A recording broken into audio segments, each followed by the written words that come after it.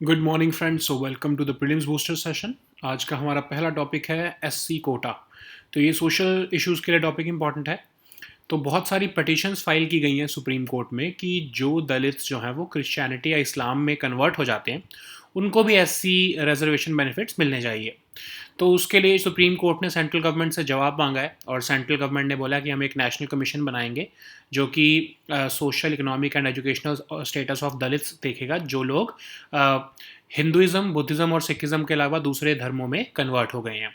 ठीक है, तो अभी एग्जिस्टिंग प्रोविजंस के आपके कि आर्टिकल 341 के अंदर कॉन्स्टिट्यूशन जो है वो कहता है कि प्रेसिडेंट ऑफ इंडिया जो है वो कास्ट, रेसेस या ट्राइब्स को जो है वो शेड्यूल्ड कास्ट जो है वो घोषित कर सकते हैं। ठीक है, अब जो है जो दलित्स क्रिश्चियनिटी या इस्लाम में कन्वर्ट हो जाते हैं उनको कोटा बेनिफिट्स क्यों नहीं मिलते हैं? क्योंकि आपको पता होगा कि 1950 में सिर्फ हिंदूज़ को पहले जो है वो एससी कोटा के प्रोविजंस दिए गए। फिर 1956 में सिख कम्युनिटी के भी जो है मेंबर्स को जो है वो जो दलित ओरिजिन के मेंबर्स थे उनको बेनिफिट्स ऑफ एससी कोटा दिया गया।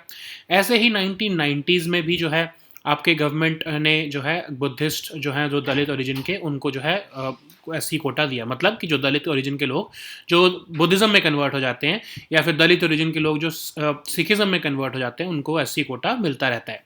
लेकिन अभी जो हमारे ऑर्डर के हिसाब से कोई भी अगर जो है दलित अगर वो हिंदुज़म, सिखिज़्म या बुद्धिज़्म के अलावा किसी भी और धर्म में कन्वर्ट होते हैं तो उनको शेड्यूल कास्ट के जो बेनिफिट्स होते हैं वो मिलने बंद हो जाते हैं। ठीक है, तो स्टेटस क्या है? ऑफ कोर्स अब देखो कि जो रिलीजन जो है वो कोई बार नहीं होता इन केस ऑफ एसटीज या ओबीसीज। मतलब अगर एसटीज या ओबीसीज कन्वर्ट होकर क्रिश्चियन या इस्लाम को भी अपना लेते हैं तो भी उनको एसटी और ओबीसी के जो है बेनिफिट्स मिलते रहते हैं। ठीक है, सो इवन जो है मंडल कमीशन की रिपोर्ट ने भी जो है बहुत सारे क्रिश्चियन और मुस्लिम कम्युनिटीज़ में जो लोग ऑफ कोर्स कन्वर्ट हुए थे दलित्स, उनको जो है सेंट्रल और स्टेट लिस्ट ऑफ ओबीसीज में डाला।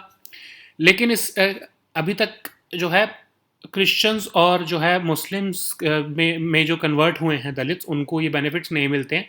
गवर्नमेंट ने टाइम टू टाइम जो है इसके ऊपर जो है कमेटीज़ बनाई हैं, बट ऑफ कोर्स इसको अभी तक जो है वो रिजॉल्व नहीं किया गया। जैसे हम देखते हैं 1996 में constitution schedule caste order amendment bill draft तो किया गया था लेकिन उसको इंट्रोड्यूस ही नहीं किया गया। फिर रंगनाथन मिश्रा कमीशन ने बोला था 2004 में कि आप एससी स्टेटस को कम्प्लीटली डीलिंक कर दो रिलीजन से, बट उसको भी जो है एक्सेप्ट नहीं किया गया। फिर जस्टिस राजेंद्र सच्चर की भी सच्चर कमेटी रिपोर्ट बहुत फेमस है 2005 की, उसमें भी कहा गया कि जो सोशल इकोनॉमिक सिचुएशन है दलित्स की, जो दलित मुस्लिम्स या दलित क्रिश्चियंस की, उनकी इंप्रूव नहीं हुई है कन्वर्जन होने के बाद। ठीक है, वही स्टेटस है उनका कन्वर्ट होने के बाद भी। तो इस रिकमेंडेशन को भी रादर एक्सेप्ट नहीं किया गया, कहा गया कि डेटा जो है वो सच्चर कमीशन के पास इनएडिक्वेट है। फिर सतीश देश पांडे नाम के जो सोशोलॉजिस्ट हैं उन्होंने भी जो है कहा कि एससी स्टेटस जो है दलित क्रिश्चियंस और दलित मुस्लिम्स को मिलना चाहिए, लेकिन उस पर भी जो है उस टाइम पर गवर्नमेंट ने कहा कि जो रिकमेंडेशंस हैं वो इनसफिशिएंट डेटा पर बेस्ड है। ठीक है, सो नेक्स्ट हमारा टॉपिक है नेशनल हेल्थ अकाउंट। सो आपका गवर्नेंस के टॉपिक के लिए इंपॉर्टेंट है। तो अभी रिसेंटली आपको पता है ना, नेशनल हेल्थ अकाउंट्स का डेटा रिलीज़ हुआ है। तो उसमें देखा ये गया है कि ज़रूरी नहीं है कि जो स्टेट ज़्यादा खर्चा कर रही है हेल्थ के केयर के ऊपर पर कैपिटा उनके हेल्थ इंडेक्सेस ज़्यादा बेटर होंगे। ठीक है, सो नेशनल हेल्थ अकाउंट्स पहले तो देखते हैं हम है क्या। फाइनेंसिंग इन्फॉर्मेशन देती है ये कि हेल्थ सिस्टम पर कितना खर्चा किया जा रहा है, और चाहे वो गवर्नमेंट खर्चा कर रही है चाहे प्राइवेट सेक्टर खर्चा कर रहा हो, हेल्थ एक्सपेंडिचर कितना किया जा रहा है, फ्लो ऑफ फंड्स कितना हो रहा है चाहे गवर्नमेंट से या प्राइवेट सेक्टर से टुवर्ड्स हेल्थ सेक्टर, ये जो है वो मेजर करती है। ठीक है, तो इसको पब्लिश कौन करता है? National health system resource institute, जो कि रिसोर्स सेंटर जो आपका ministry of health and family welfare के अंडर आता है। तो ये 6th राउंड ऑफ एस्टिमेट जो है ये जो है इस बार रिलीज किए गए हैं फॉर द ईयर 2018 एंड 19। अब इस डेटा में कहा गया है कि आउट ऑफ पॉकेट एक्सपेंडिचर जो है वो 64.2% से कम होकर सिर्फ 48.2% हो गया है। तो ये अच्छी न्यूज़ है। Social security expenditure on health भी बढ़ रहा है, गवर्नमेंट एक्सपेंडिचर भी बढ़ रहा है ऑन हेल्थ। ठीक है, तो ये अच्छी न्यूज़ है हमारे लिए। लेकिन ये कहा गया है कि ज़रूरी नहीं है कि हेल्थ के ऊपर अगर खर्चा ज़्यादा किया जा रहा है पर कैपिटा तो इसका मतलब कि उस स्टेट के जो हेल्थ इंडेक्सेस हैं वो बेटर हैं। ठीक है, जैसे इसमें दिखाया गया है कि J&K जो है उनके इंडिकेटर जो हैं वो केरला, हिमाचल और महाराष्ट्र जैसे ही हैं, जबकि उनकी स्पेंडिंग जो है on health half of the states है। तमिलनाडु जो है उन बहुत कम एक्सपेंडिचर के साथ भी अच्छे हेल्थ आउटकम्स जो है वो अचीव कर पाया है। और टोटल हेल्थ एक्सपेंडिचर जो है जैसे जो जिन स्टेट्स में बहुत ज़्यादा है जैसे केरला और महाराष्ट्र, वहाँ पर ज़्यादातर जो है लोग खर्चा कर रहे हैं गवर्नमेंट के अलावा, ठीक है। तो हिमाचल और JNK में जो है वो कहा गया है कि गवर्नमेंट ज़्यादा खर्चा कर रही है, more than half of the spending जो है वो गवर्नमेंट कर रही है। इवन अगर हम तमिलनाडु में देखें तो भी 47% जो खर्चा है वो गवर्नमेंट कर रही है। और जहाँ पर लीस्ट पर कैपिटा स्पेंडिंग हो रही है बिहार, मध्य प्रदेश और असम में, उनके पुअर हेल्थ इंडिसेस हैं, लेकिन फिर भी कहा गया है कि बिहार जो है उनके हेल्थ इंडिसेस बहुत सी अच्छी स्टेट्स जो हायर लेवल ऑफ स्पेंडिंग करती हैं उनसे बेटर हो गए हैं। गवर्नमेंट का टोटल हेल्थ स्पेंडिंग में जो शेयर है वो सबसे ज़्यादा उत्तराखंड में है, लोएस्ट है आपका उत्तर प्रदेश और केरला में, ठीक है। सो पर कैपिटा स्पेंडिंग में ऑफ कोर्स केरला है और लोएस्ट कौन है, बिहार है, ठीक है। अब सबसे ज़्यादा जो है स्पेंडिंग में इंक्रीज देखने को मिला है अगर हम देखें 2004-05 के हिसाब से, तो असम में सबसे ज़्यादा अच्छा highest jump in government spending देखने को मिला है on health. Jammu and Kashmir में lowest increase in this period देखने को मिला है, ठीक है। तो ये कुछ डेटा है आपके लिए बहुत इंपॉर्टेंट है, ये आने वाले टाइम में आपसे पूछा जा सकता है। नेक्स्ट टॉपिक हमारा है amendment to insolvency and bankruptcy board of India norms. तो ये IBBI में कुछ लेटेस्ट नॉर्म्स आए हैं जिसमें कहा गया है कि जो एडमिनिस्ट्रेटर्स या बैंक या लैंडर्स हैं जो बैंक्रप्ट फर्म्स के, वो इंडिविजुअल असेट्स जो हैं डिस्ट्रेस्ड कंपनीज के, उनके लिए भी जो है वो बोली लगवा सकते हैं पहले ही, ठीक है। तो अगर वो ट्राई कर चुके हैं, जैसे इसमें कहा गया है कि जो एडमिनिस्ट्रेटर्स या लैंडर्स हैं अगर वो पहले ट्राई कर चुके हैं और उनको कोई रेस्क्यू प्लान नहीं मिल रहा है, तो वो ऑफ कोर्स इंडिविजुअल असेट्स जो होते हैं डिस्ट्रेस्ड कंपनी के, उसके लिए भी बोली लगवा सकते हैं ताकि वो उससे पैसा जो है वो कमा सके या फिर उससे रिट्रीव कर सके। तो इससे होगा क्या, इसके फ़ायदा क्या है कि जो लोग बोली लगाते हैं, जो आपकी बैंकरप्ट हो रही है कंपनी, उसकी असेट्स पे बोली लगाते हैं, तो उनको पता लग जाएगा कि कितने इंडिविजुअल असेट्स पड़े हैं कंपनी के पास, और उसके बाद उसकी इन्फॉर्मेशन मार्केट में जब अवेलेबल होगी तो ज़्यादा जो है लोग बिडिंग के लिए आ पाएंगे, ज़्यादा जो है वो इंटरेस्ट दिख पाएगा उसकी बिडिंग के लिए। तो रेजोल्यूशन प्रोफेशनल्स को भी कहा गया है कि with in 75 days of corporate insolvency की प्रोसीडिंग स्टार्ट होने के आपको बताना है कि क्या कोई मैनेजमेंट में या फिर उनके जो है आपकी जो कंपनी जो आपकी इंसॉल्वेंट हो रही है उसने कोई अवॉइडेंस ट्रांजैक्शंस तो नहीं की है। अवॉइडेंस ट्रांजैक्शंस क्या होती हैं कि समझ लो आप एक मालिक हो कंपनी के, जो आपको लग रहा है कि आपकी कंपनी जो है बैंकरप्ट होने वाली है, और आपने जिनसे लोन लिया है उसमें से आपके कुछ नॉन लोग भी हैं, ठीक है। तो उनको आप सोचोगे कि अगर आपकी कंपनी जो है दिवालिया होगी तो सबका पैसा फंस जाएगा। तो उससे पहले आप क्या करते हो कि आप कुछ ऐसे असेट्स जो हैं उनको बेचने की कोशिश करते हो। समझ लो कि आपने अपने किसी कज़न से पैसा लिया हुआ था और उससे आपने एक गोडाउन बनाया था, ठीक है। तो आपकी दिवालिया होने के टाइम पर जो है आप उस गोडाउन को बेचने की कोशिश करोगे, ऐसा आप प्रेजेंट करोगे कि कंपनी वो गोडाउन को बेच रही है, ताकि एटलीस्ट जो आपके कज़न का पैसा है वो पहले ही निकल जाए, ठीक है। तो एक तरह से आप उसको अनड्यू एडवांटेज दे रहे हो ना आपके अपने कज़न को, जबकि सब क्रेडिटर्स को सेम उस पर होना चाहिए, प्लेटफॉर्म पर सबके लिए इक्वल होना चाहिए, सबके पैसे फंसे हैं ना आपकी कंपनी में। तो इन सब चीज़ों को अवॉइड करने के लिए जो है रेजोल्यूशन प्रोफेशनल्स को कहा गया कि 75 दिन के अंदर बताओ कि क्या कोई अवॉइडेंस ट्रांजैक्शन की है उस कंपनी ने जब वो दिवालिया होने लगी है तो, ठीक है। सो अब हम देखते हैं insolvency and bankruptcy board of India क्या है। तो ऑफकोर्स 2016 में इसको बनाया गया और ये आपके जितने भी लॉज थे इंसॉल्वेंसी से रिलेटेड उन सबको इकट्ठा कर दिया गया। और इंसॉल्वेंसी कॉर्पोरेट पर्सनस की भी, पार्टनरशिप फर्म्स की और इवन इंडिविजुअल फर्म्स की भी जो है वो टाइम बाउंड मैनर में करती है, ठीक है।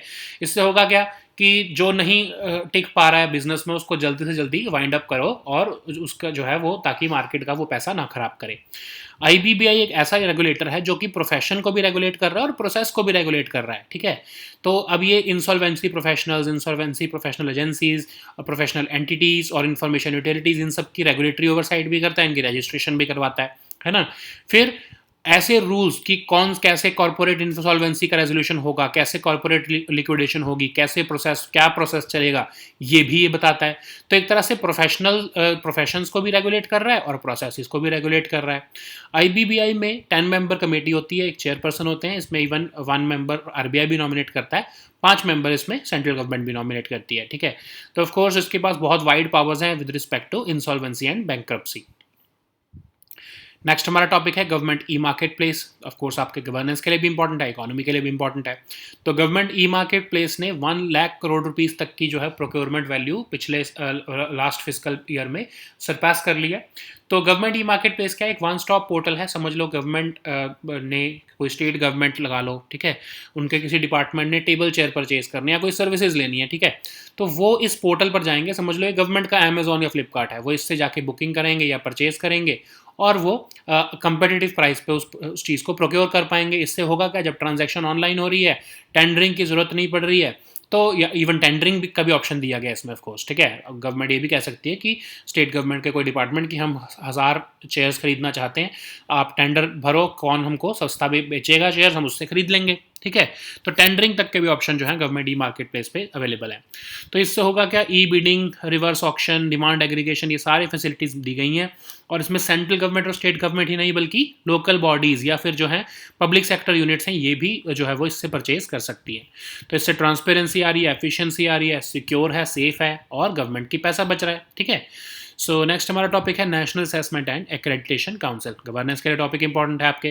तो national assessment and accreditation council अभी एक कंट्रोवर्सी में आया है, क्योंकि ऑफकोर्स आपको पता है कि हायर एजुकेशनल इंस्टीट्यूशंस की ये असेसमेंट करता है, क्वालिटी चेक करता है, लेकिन एक यूनिवर्सिटी है बड़ौदा की, उनमें इस उसकी जो है एक्रेडिटेशन के लिए जो आपके NAAC के ऊपर चार्जेस लगाए गए हैं कि उन्होंने ब्राइबरी की है और उसके बेसिस पर उनको अच्छी एक्रेडिटेशन दी है। तो एनीवेज हमको कंट्रोवर्सी में तो नहीं जाना है, बट हम देखते हैं NAAC है क्या। तो एक ऑटोनॉमस बॉडी है यूनिवर्सिटी ग्रांट्स कमीशन के अंडर, और ये आपके हायर एजुकेशनल इंस्टीट्यूशंस की असेसमेंट करती है और ग्रेडिंग करती है। तो बहुत सारे आपके जो है स्टैंडर्ड्स होते हैं जिसके बेसिस पर जो है ये अक्रेडिटेशन दी जाती है, जैसे करिकुलम कैसा है, फैकल्टी कैसी है, इंफ्रास्ट्रक्चर, रिसर्च और अदर पैरामीटर्स के बेसिस पर जो है ये प्रोसेस को फॉलो करते हुए अक्रेडिटेशन दी जाती है। अब महाराष्ट्र में सबसे ज़्यादा अक्रेडिटेड कॉलेजेस हैं इंडिया में, और तमिलनाडु में सबसे ज़्यादा अक्रेडिटेड यूनिवर्सिटीज़ हैं, ठीक है। नेक्स्ट हमारा टॉपिक है Asia Pacific institute for broadcasting development. International relations के लिए टॉपिक इंपॉर्टेंट है और रादर प्री के लिए भी इंपॉर्टेंट है। तो इंडिया जो है दोबारा से 1 साल और के लिए जो है वो प्रेसिडेंट बन गया है AIBD का। तो AIBD जो है वो आपके 1977 में बनाया गया अंडर यूनेस्को, और एक रीजनल इंटर गवर्नमेंटल ऑर्गेनाइजेशन है।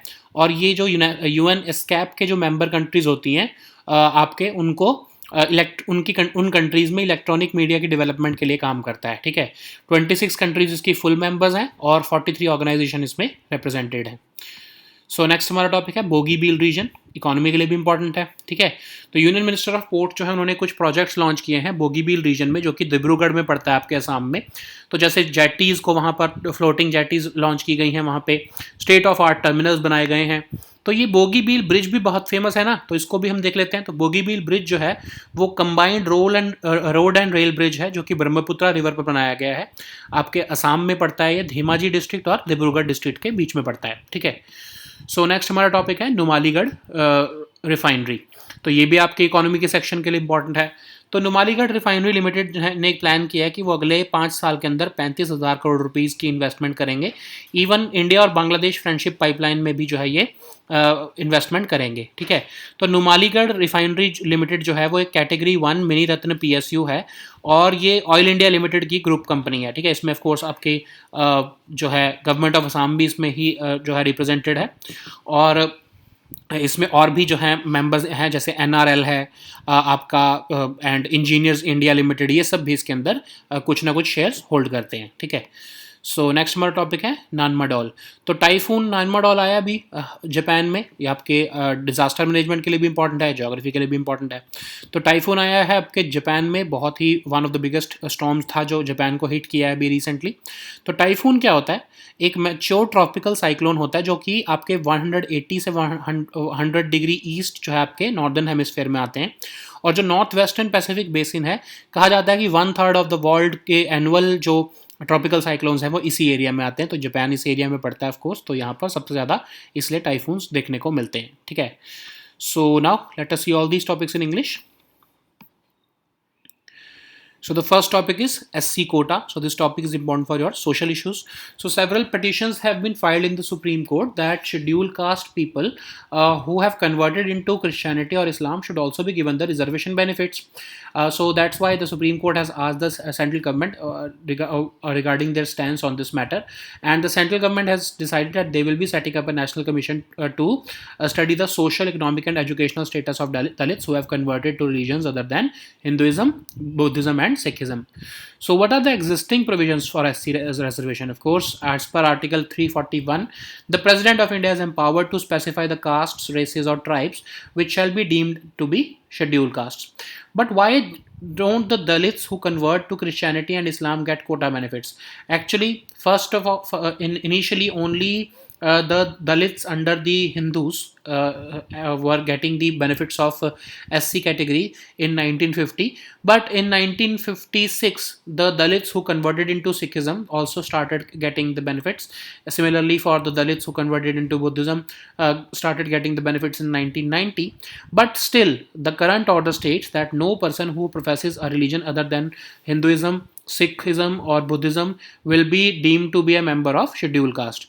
So, religion is a bar in case of scheduled caste benefits, but that does not apply to converted STs or OBCs. So, it means that even if a scheduled tribe person gets converted into Islam or Christianity, the same person will continue to get the benefits of ST, or in case of OBCs, OBC benefits. So even the Mandal Commission report had identified several Christian and Muslim communities, and who were earlier, of course, Dalits. Who were earlier OBCs, and they were added to the central and state list of OBCs. So several efforts have been made to correct this, change this course. In 1996, the Constitution Scheduled Caste Order Amendment Bill was drafted, but it was not introduced in the Parliament. Ranganathan Mishra Commission was made and it gave the report in 2004, and it recommended that SC status should be delinked from religion, but its report was not accepted. Similarly, Sajjar Committee report also in 2005 was not accepted.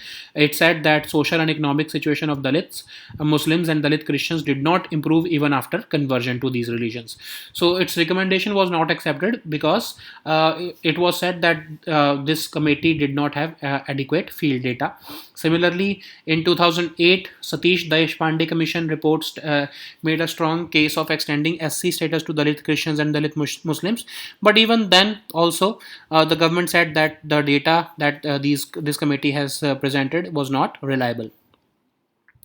So the next topic is National Health Account. So this topic is important for your governance section. So National Health Account data has been released for the year 2018-19 for 20 large states, and it has signaled that it does not, if a state is spending per capita highly per capita on healthcare, it does not mean that their health indices would be better. Okay, so there is so it has been delinked. It does not mean that if you are spending more and more per capita on health in your state would mean that your health indices would be better. So anyways, first of all, let us see what is national health accounts. So these national health account data provides financing information on health system. So basically, it's a tool to describe how much health expenditure is being done by both government and private sector in this health industry. So, or in the health sector. So who publishes this data? National Health System Resource Center under the Ministry of Health and Family Welfare publishes this data, and this is the 6th round of estimates given by the NHSRC. So what are the key highlights of this data? So the good news is that the out-of-pocket expenditure as a share of total health expenditure is declining consistently. Even the social security expenditure is increasing, and government health expenditure has also seen an increase.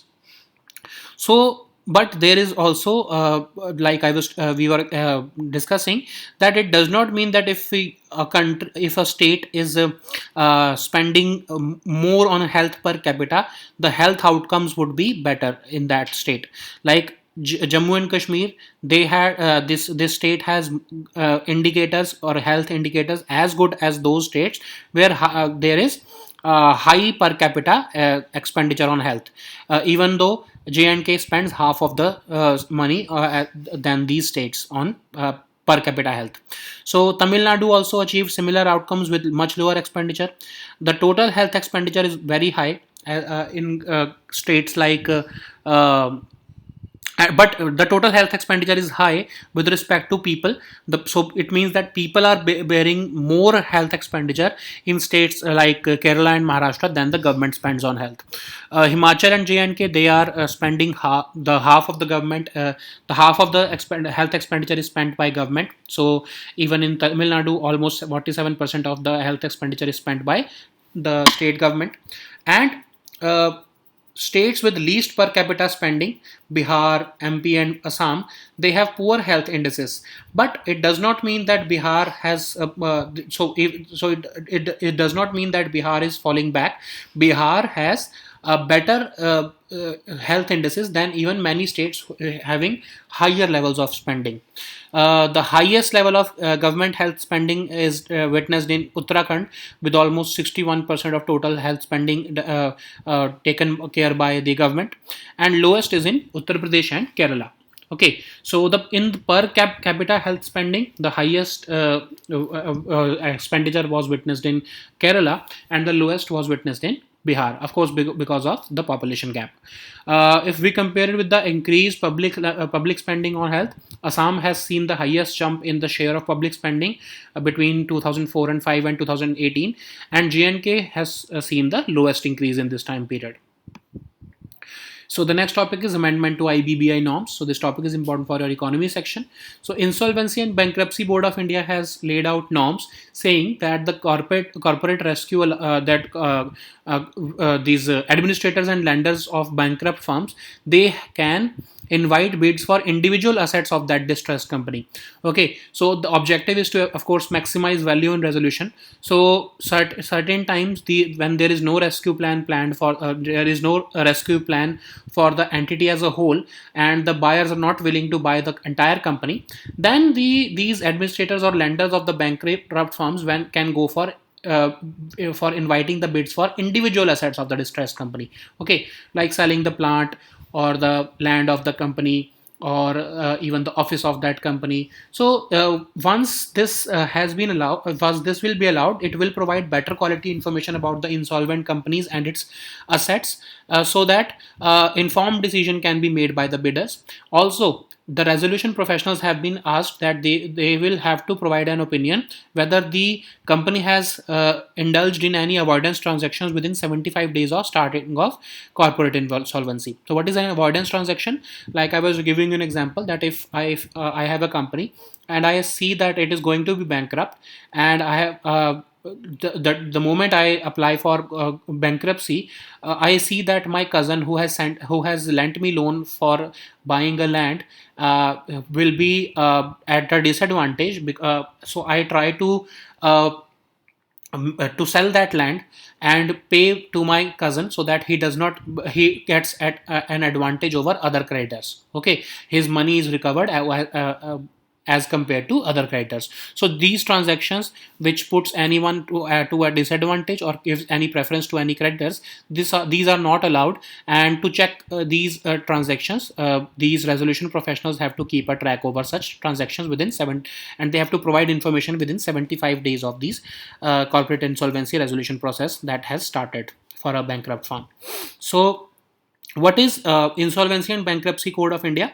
It was established in October 2016 under the Insolvency and Bankruptcy Code. So basically, it has consolidated all the laws related to reorganization and insolvency, and it pertains to the insolvency of not just corporate persons and partnership firms, but also individuals. Okay, so it will promote, of course, entrepreneurship and those who cannot stay in the market, and those who are just parasiting upon the market. Those who are not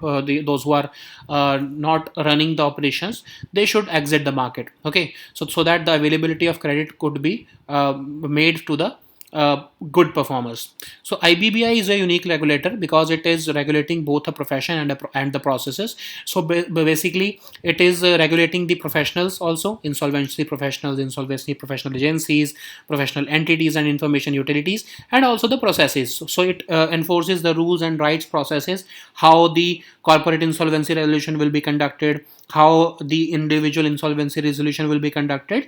So basically, it is a unique regulator. It is providing or it is regulating both the profession and the process. So it is composed of 10 members. It consists of a chairperson, 3 members of central government who are not below the rank of joint secretary, 1 member is nominated by the RBI, and 5 members are nominated by the central government. So basically, this IBBI has wide powers for administering the insolvency and bankruptcy regime. So the next topic is government e-marketplace. This topic is important for our economy as well as governance section. So government e-marketplace has recently surpassed a 1 lakh crore worth of procurement value, rather in the last fiscal year. So what is GEM? So it is basically a one-stop portal for facilitating online procurement of goods and services which are required by government departments or organizations or even PSUs. So it is like or an Amazon or Flipkart for the government departments or governments. So it also provides tools for e-bidding, reverse auction, and demand aggregation. Like I was telling you that if a government department wants to have 1,000 chairs, then they can put this data, and the sellers can go for e-bidding for that contract through this portal. So apart from both the central and state governments, even the local bodies and the public sector units can go for procurement through this government e-marketplace platform. So basically, it will provide transparency. Everything will be online, or all transactions would be online. It would be efficient, it would be secure and safe, and it would lead to savings to the government. So the next topic is National Assessment and Accreditation Council. So this topic is important for your governance section. So recently, the NAAC, the National Assessment and Accreditation Council, has come into controversy because, of course, it goes for quality checks and assessments of higher level educational institutions in India. But while making ratings for for a university in Baroda, they are accused of bribery. Of course, it is not important for us to go into this controversy, but we have to see what is an AAC. It's an autonomous body under the UGC, and it assesses and certifies higher educational institutions in the country and gives them grading as part of the accreditation. So this grading process is a multi-layered process. It takes into consideration several criteria like the curriculum, faculty, infrastructure provided, research, and other parameters to grant accreditation to a university or a college or educational institution. So Maharashtra has the highest number of accredited colleges in India, and Tamil Nadu has the most accredited universities in India. So the next topic is Asia Pacific Institute for Broadcasting Development. So this topic is important for your international relations. So India's presidency for AIBD has been extended for 1 more year. So what is AIBD? So it was established in 1977 under the auspices of UNESCO, and it's a regional intergovernmental organization whereby the countries of UNSCAP can be members of it, and the member states. This AIBD works in the development of electronic media in these member states. So 26 countries are the full members of AIBD, and these countries are represented by 43 organizations in this AIBD. So the next topic is Bogibeel region. So this topic is important for our economy section. So Union Minister of Ports has launched multiple projects in the Bogibeel region and near Dibrugarh of Assam. So floating jetties, state-of-the-art terminals, they have been launched in this region. So while we're discussing it, we also need to see what is Bogibeel Bridge. So it's a combined road and rail bridge near over the Brahmaputra River, and it falls in Assam between Dhemaji district and Dibrugarh district. So the next topic is Numaligarh Refinery. It is also important for our economy section. So Numaligarh Refinery Limited is planning to invest over 35,000 crore rupees in the next 5 years, including in the project called the India-Bangladesh Friendship Pipeline. So Numaligarh Refinery is a Category 1 mini PSU of Government of India. It is a group company of Oil India Limited, but many other stakeholders are involved in it, even including the government of Assam. So the next topic is non-modal. So this topic is important for both your geography and disaster management sections. So typhoon non-modal has recently struck Japan, and it has been one of the biggest storms to hit Japan in many years. So what are typhoons? So typhoons are mature tropical cyclones. They develop between 180 to 100 east in the northern hemisphere, and this region where Japan falls is called the Northwestern Pacific Basin, and it accounts for almost one third of world's annual tropical cyclones. Okay, so these were our topics for today. We'll meet next time with new topics. Until then, goodbye and take care.